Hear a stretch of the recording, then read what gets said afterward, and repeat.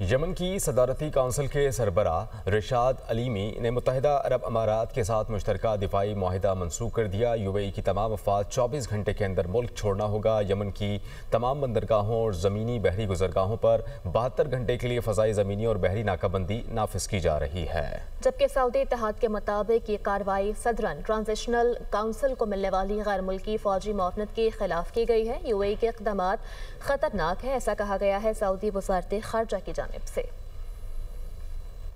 یمن کی صدارتی کونسل کے سربراہ رشاد علیمی نے متحدہ عرب امارات کے ساتھ مشترکہ دفاعی معاہدہ منسوخ کر دیا۔ یو اے ای کی تمام افواج 24 گھنٹے کے اندر ملک چھوڑنا ہوگا۔ یمن کی تمام بندرگاہوں اور زمینی بحری گزرگاہوں پر 72 گھنٹے کے لیے فضائی، زمینی اور بحری ناکہ بندی نافذ کی جا رہی ہے، جبکہ سعودی اتحاد کے مطابق یہ کارروائی صدراً ٹرانزیشنل کونسل کو ملنے والی غیر ملکی فوجی معاونت کے خلاف کی گئی ہے۔ یو اے ای کے اقدامات خطرناک ہیں، ایسا کہا گیا ہے سعودی وزارت خارجہ کی جانب سے۔